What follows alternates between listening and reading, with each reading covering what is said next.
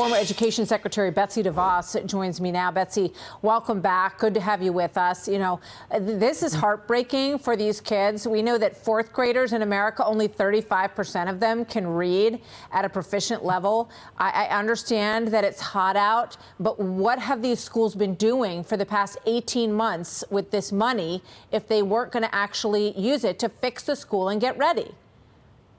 Well, you're absolutely right, Martha. It is heartbreaking and it's inexcusable. Schools have had billions and billions and billions of dollars since March of 2020, when within 30 days we got all of the money, the $30 billion initially appropriated to make schools safe to be in, to learn in. And one of the things they could do was actually improve ventilation and climate control. And yet here we are 2.5 years later, and Baltimore got $750 million for the COVID relief funds. They've not spent anything to fix schools and make sure kids can be there. I mean, parents have to be at their wits' end, and understandably so. It is just inexcusable that they continue to drag feet and hold all of these kids hostage to their demands and their political agenda. Yeah, I mean, we all understand that some construction was held up during the pandemic, that supply chains got tight. But I look around me, I see buildings being built, I see homes being finished, I see all kinds of things going on in the country. I don't understand why a school can't get the air conditioner that they need. Here's Randi Weingarten. She's very unhappy with the Wall Street Journal because they titled an editorial board piece, "Randi Weingarten Flunks the Pandemic." She punched back. She blamed you, among others, for the failures. And here she is back in May of 2021 saying we need money. We can't do anything without the money. Watch. I begged the Trump administration to do exactly what the Biden administration did, which is real safety guidance that the former president didn't mock every other day. I thought Redfield was really trying to do a good job. Yeah. And resources. So resources, 190 billion taxpayer dollars. Different estimates out there. Some say that less than half has ever been touched or used. Some of the numbers are even lower than that.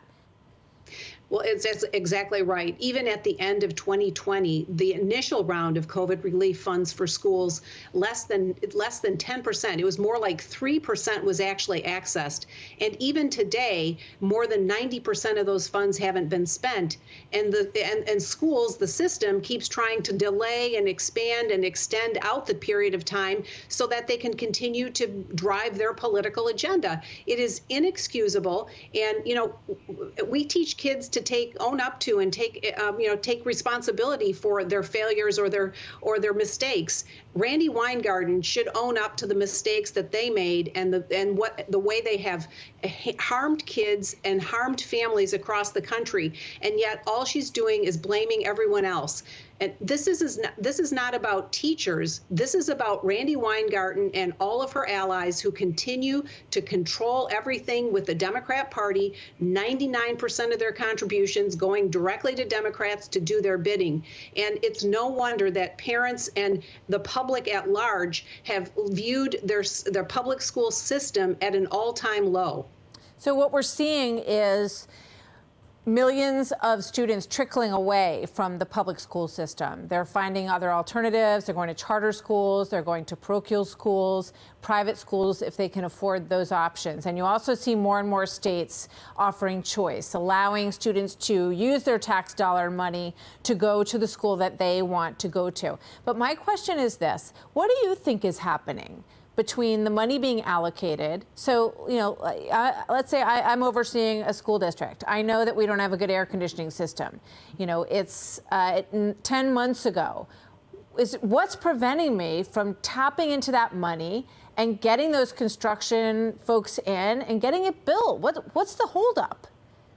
There is no prevention to that. And it is just another example of a system that is utterly broken and unfixable. It is a prime example of misplaced priorities, of agendas that are not around what's best for kids and the families that they're supposed to be serving. It is just a prime example of what is wrong with K-12 education in this country, a system that has been the same for 175 years, and it is not going to get better until there's a whole lot more competition from other providers that are going to offer kids what they need. And sadly, it happens in a lot of our cities where kids need this more than anything. We know, let's put up these numbers, right? These are the national test scores among 9-year-olds, reading down 5 points, math down 7 points. And of course, the numbers are even worse in urban school districts. So where do you have people getting shut out of school because there's not enough air conditioning? Places like Philadelphia, Cincinnati, Baltimore, some of these same places. So at what point do these become failing schools? Because they're failing to serve the students that they are given federal dollars, local dollars, state dollars to run. So if they're failing, shouldn't they fail?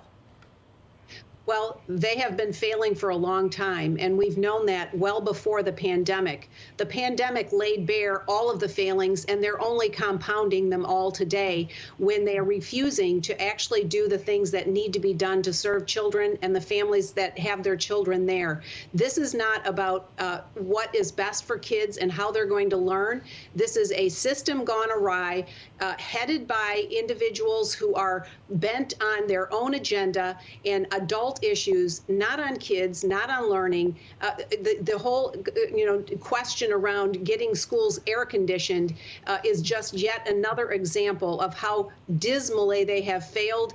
They have failed the American people, and they have especially failed the kids they're supposed to be serving today. Well, they should lose their jobs because they've had 2 years to get ready to open these schools and get these kids caught up, a priority that doesn't seem to be a priority in a lot of places, even though they threw another $27 million at summer school programs. They can't seem to tell us exactly where that money went or how it was used. Betsy, thank you very much. We're glad that kids have more and more options all the time, but some of these cities need to give them even more of those options. Betsy, thank you.